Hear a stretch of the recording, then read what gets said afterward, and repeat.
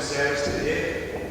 I'm going to start with Songs of God's People, number 55. Songs of God's People, 55. Jesus is Lord.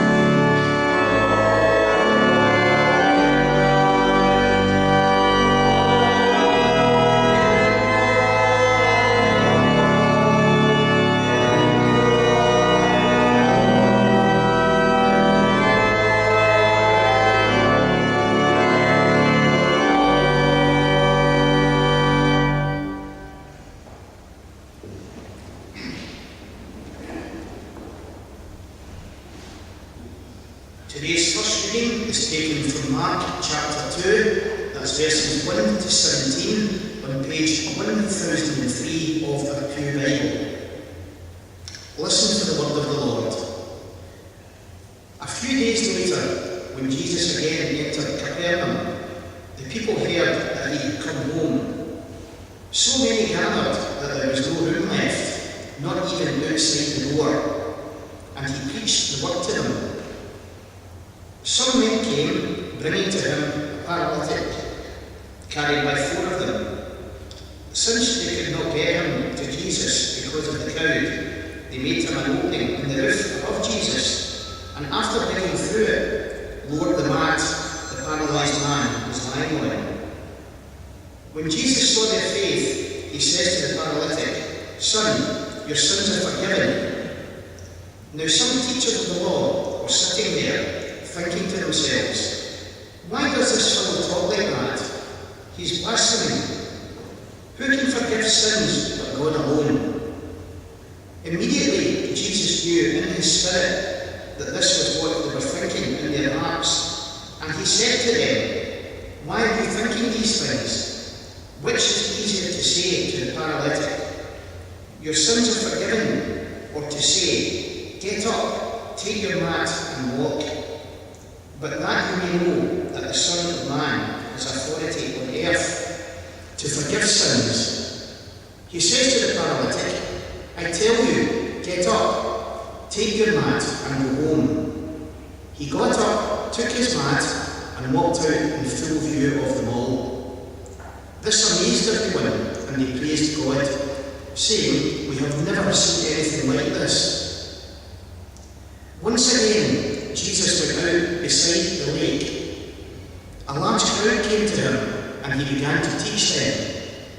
As he walked along, he saw Levi, son of Alphaeus, sitting at the tax collector's booth. "Follow me," Jesus told him, and Levi got up and followed him.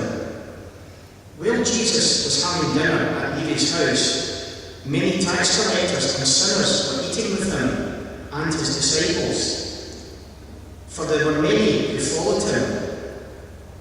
When the teachers of the law, who saw Pharisees, saw him eating with the sinners and tax collectors, they asked his disciples, "Why does he eat with tax collectors and sinners?"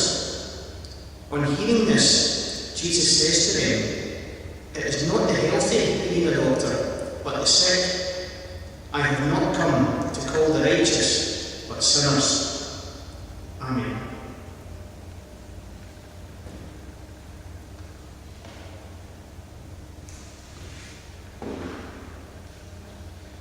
Shall we gather together in prayer? Let us pray. Father in heaven, we pray for those less fortunate than we are, for the sick and the lonely, for the bereaved. Bring your comfort to these groups, for the individuals involved. We pray for the homeless, the work done for them by the Church of Scotland, for the street pastors who are on the streets through the week, to bring the faith to people and to help. Pray for all authority, the Queen, British Government, Scottish Government, local authorities, and indeed for the European Parliament, who make so many of our laws. We pray for all those who help our people, for doctors, nurses, for the police service, the fire service, and all who commit to help others. While we sleep, we pray for those who do the work which allows us to live the lives we do. Electricity, gas, for those who look after the streets and for the water supply. In our denomination, the Church of Scotland, we pray for the work of evangelism and how it goes out to the people outside of the church, not just within these 4 walls. Help us always to show the love that Christ showed us.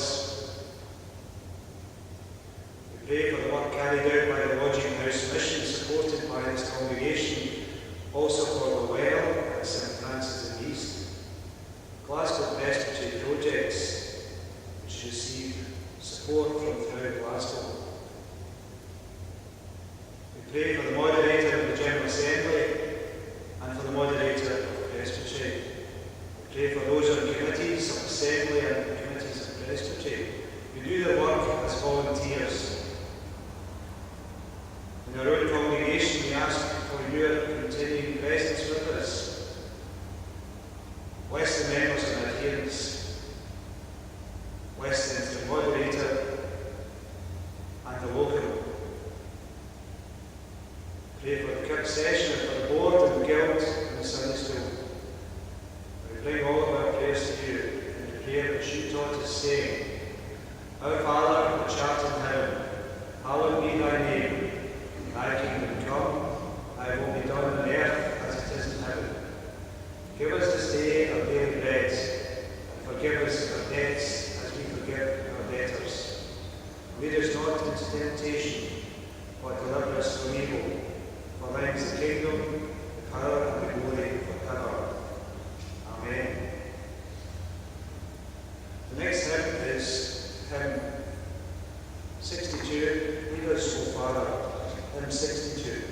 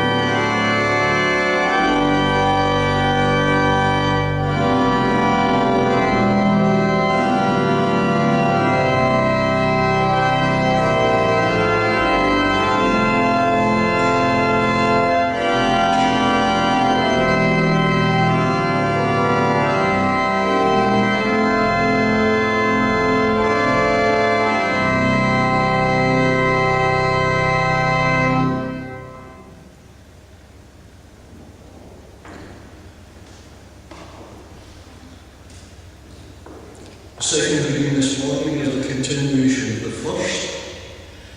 That is from Mark chapter 2, reading from verse 18, and that can also be found on page 1004 of the Pew Bibles.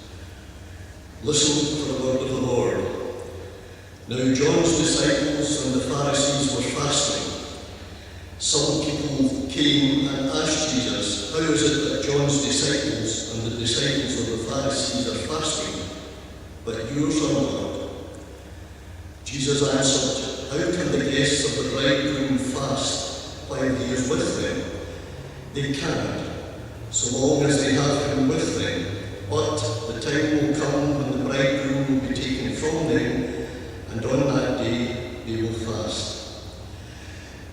No one sews a patch of unshrunk cloth on an old garment. If he does, the new piece will pull away from the old, making the tear worse. And no one pours new wine into old wineskins. If he does, the wine will burst the skins, and both wine and wineskins will be ruined. No, he pours new wine into new wineskins. One Sabbath, Jesus was going through the cornfields, and as his disciples walked along, they began to pick some ears of corn. The Pharisees said to him, look, why are they doing what is unlawful on the Sabbath? He answered, have you never read what David did when he and his companions were hungry and in need? In the days of Abiathar, the high priest, he entered the house of God and ate the consecrated bread, which is lawful only for priests to eat. And he also gave some to his companions.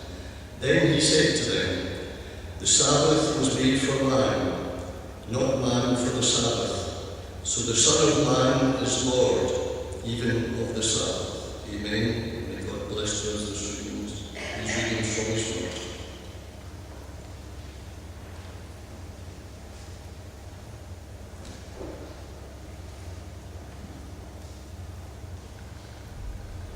I'd like to thank George and Cameron for the readings today. We're so fortunate in this congregation to have so many fine readers and others who are prepared to come and help in so many ways, to give their gifts to the church, whatever they may be. We're going to have the offering now.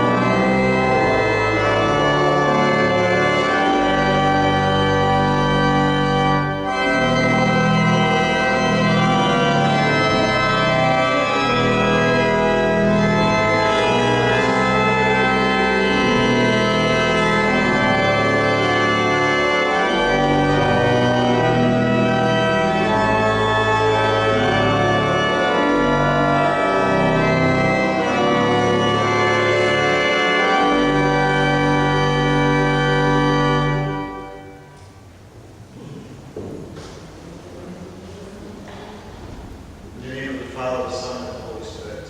Amen.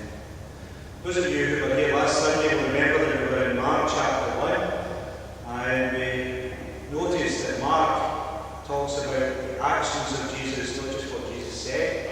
It's a very active gospel, lots and lots of action within this. And it's something we've been discussing at the Bible study on the evening, and with quite some lengthy discussions and interesting discussions, and differences of opinion, I have to say. But today's chapter 2, Jesus starts by healing a paralytic, and it's given rise to a whole lot of questions. And if you, like me, know a little about the law at the time of Jesus, it was interesting for me, and I hope it will be interesting for you if I explain some of the things that went on at the time. So Jesus healed this paralytic, and he was questioned by scribes and Pharisees, a phrase that we all know, and we know what it means, really. We think we do. But they were waiting to catch him out because it was the Sabbath. It's easy enough simply to say to a man whose sins are forgiven. But Jesus didn't just say that. He healed him. He followed up with the action, visibly demonstrated his power in both physical and spiritual realms. So when Jesus says the word, something really happens. And we must believe that if we're Christians at all. So we see also the story of taking the man into the house and having to break through the ceiling of the house. Do we remember learning about that at Sunday school? It wasn't just that the man was in the street and he was brought to Jesus, but he was on his mat. I think the phrase is there. We always heard the phrase, take up your bed. But in actual fact, in those days, people lay on the floor, on a mat, a bed that they could roll up during the day. So the house would have had an outside staircase leading to a flat roof in order to give the family some extra living space. And the roof would have been made of tiles or lath or plaster. And we know, especially in this building, about lath and plaster, don't we? Ordinary people, as I said, slept on the floor in a mat or in some bedding, which could be rolled up in the daytime, again to save space. And then we move on to the question that was in the reading there, fasting. The question was asked of Jesus why John's followers fasted but his feasted. Because they went to the house of Levi, who was a tax collector, and enjoyed the company of those who scandalized the religious Pharisees. John's followers were also puzzled because this was not their experience. Jesus was asked why, and he gave the answer most clearly. This new teaching cannot be squeezed into the mould of the old legalism. It must find new forms of expression. Jesus was coming to change things. And he said, no one after drinking old wine wants the new, for he says the old is better. The Jewish interpretation of the fourth commandment about the Sabbath then comes into play. It's very interesting, particularly in this congregation, because we have a background of strict Sabbath observance to one extent or another. But the Jewish interpretation of that commandment had hedged it about with so many petty rules and restrictions that its primary purpose had been forgotten. The day of rest was intended for man's physical and spiritual good. Sabbath made for man, not man for the Sabbath.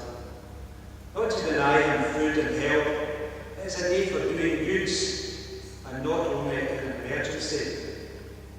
I thought I would do a bit of research just to put things in perspective at the time. The religious background of the New Testament comes into play and how Jesus dealt with these questions about what you do in the Sabbath. So, to put it in context, Jesus was a Jew, obviously we know that, and the Christian church began its life in Palestine, and its first members were all Jews. So if we look at the Jewish time we can put things in perspective. The last of the Old Testament prophets lived more than 400 years before John the Baptist appeared. A long time. And during that time, the Jewish religion of the Old Testament had evolved, some might say degenerated, into Judaism. There were important institutions in Judaism, and these include the following. And I found this fascinating to research this, because there are lots of things here that we all take for granted and we think we understand. So number one, the temple.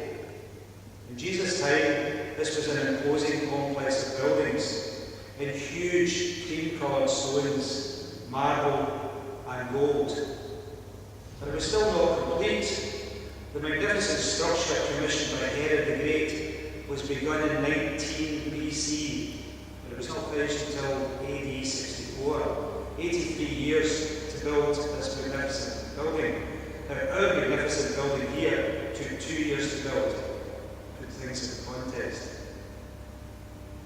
In the temple, the age-old ritual of sacrifice and worship continued with its elaborate establishment of priests and temple servants.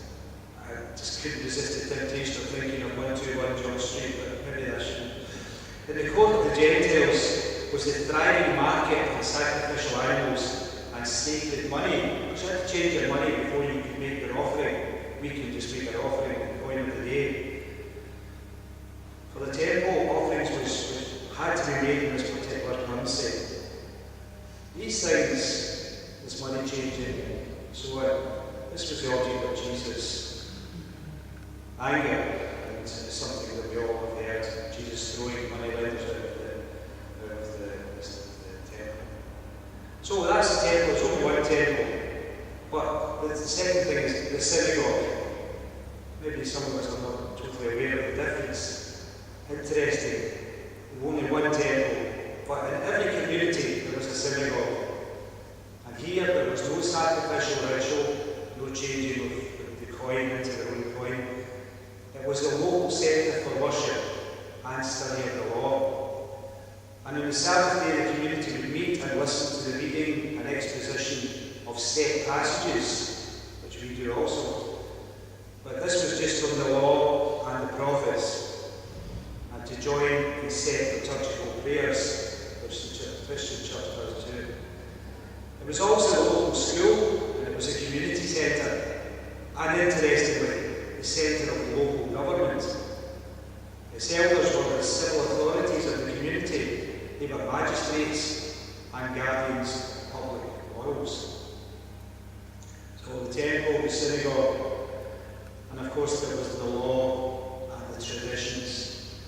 Israel had always had a law since the days of Moses, but over the years, intensive study of the law had resulted in an increasing number of traditions which came to be regarded as no less binding than the law itself. You can see echoes of that in what Jesus was saying to them. Scribes were required to prescribe exact regulations for every occasion.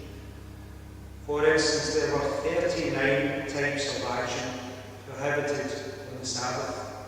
39 actually listed by the scribes. Reaping and threshing, which included plucking ears of corn and rubbing the grain out in the hands. Yes, that was included in the 39. However, sadly, in the meticulous care over details of tradition, the scribes sometimes forgot the more fundamental concerns of the law itself. Then we come on to the different groups, parties, sects, and movements. We've heard of the Pharisees, scribes and Pharisees. So we're the scribes are the people who wrote down this stuff, students of the law. The Pharisees, this was a party of religious purists. A party which concentrated on control of religious rather than political affairs. And I suppose we probably did understand that up to a point. Their supreme concern, in fact their delight, was to keep the law, including all these traditions, in in every exact detail. But of course, because they were so good, they kept themselves as far as possible from other men. Inevitably, this led to disdain for all lesser mortals, a holier than thou attitude. My goodness, don't we just know about that? Which has made their name a term of reproach today. It always seems a bit of an insult to say, scribes and Pharisees. The arrogance and legality put exact ritual observance before love and mercy and led them into conflict with Jesus. But their influence was out of all proportion to their numbers. Apparently they were always a fairly small number, and they were respected, if not loved, by other Jews. The next group that we've heard of in the past, the Sadducees. I didn't know this either. The difference between all these groups, the Sadducees were the other main party. So the Pharisees, the Sadducees, they were drawn largely from the rich landowning class who controlled roughly the same number of seats as the Pharisees in the Sanhedrin. And of course you knew, like me, that the Sanhedrin was the Jewish Supreme Council. So these were two parties. They had different views on a lot of things. But the Sadducees refused to accept any revelation beyond the 5 books of Moses, Genesis to Deuteronomy. But as an aristocratic minority, they enjoyed little support. So these groups brought their own feelings to things. They were in the thick of things that were there at the temple. There were other groups outside, like the Essenes, who were in Qumran. They were the ones who produced the Dead Sea Scrolls. Possibly wouldn't have heard of them if somebody hadn't found in 1847 the Dead Sea Scrolls. But they were outside. They were like monks. They were away, not to be involved with others, hating all those outside their own group, loving each other, and then awaiting the arrival of their Messiah. The Zealots also were outside. These are phrases which have come into common usage in our language. And the Zealots were basically the freedom fighters, the revolutionaries of the Jewish people. Other aspects of this involved the dispersion of the Jews throughout the world, what we would call in island circles the diaspora. And then lastly, the Samaritans. Samaritans who were insulted on a regular basis. But these were descendants of the surviving Israelites of the Northern Kingdom. They had intermarried with newly imported populations. They worshipped God as the Jews did. Their authority was the 5 books of Moses. But the Jews hated the Samaritans. Their hate and disdain sprang more from historical and racial considerations than any fundamental difference of religion. The religions were basically the same. So, what is the message for us? Jesus challenged the way that faith had become legalistic, not loving, judging others, not just by the law, but by lots of traditions brought in. Scribes and Pharisees and others considered themselves better than other men because they adhered to every law and tradition, and in so doing, missed the bigger picture. We must avoid this in our day and generation. In a country where many different churches have sprung up, especially in higher circles, we know that the differences are hard to explain.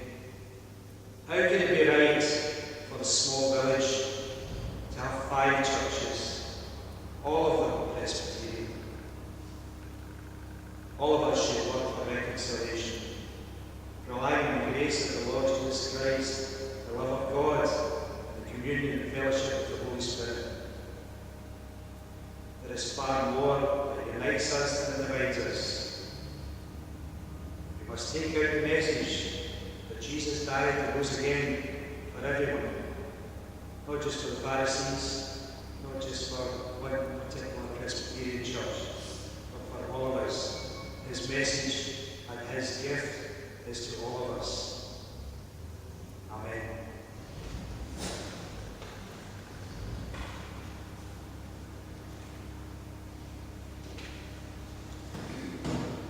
final